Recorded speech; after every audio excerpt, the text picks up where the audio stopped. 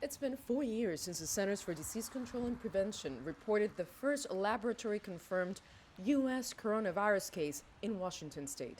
It took months for authorities to understand the severity and mortality rate of COVID-19.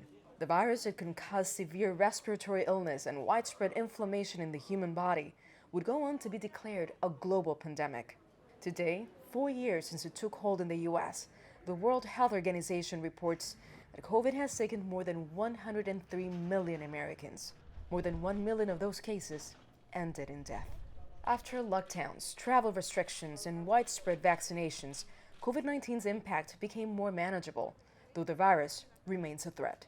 Although COVID-19 is no longer a global health emergency, the virus is still circulating, changing, and killing. During this past 4 years, much has been learned about the virus, but many questions remain. Experts, for example, are still trying to better understand the long-term effects of the infection, commonly known as long COVID. Are we ready?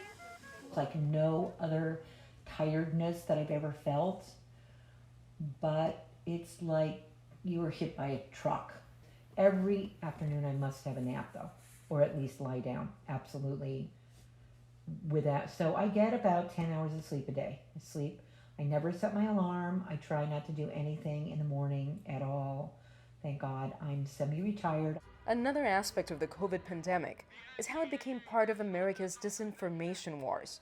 Many in the country did not trust the scientific research, and conspiracy theorists flourished on social media. I really wasn't aware of why he chose not to get vaccinated until my sister found his personal account on Gab Social.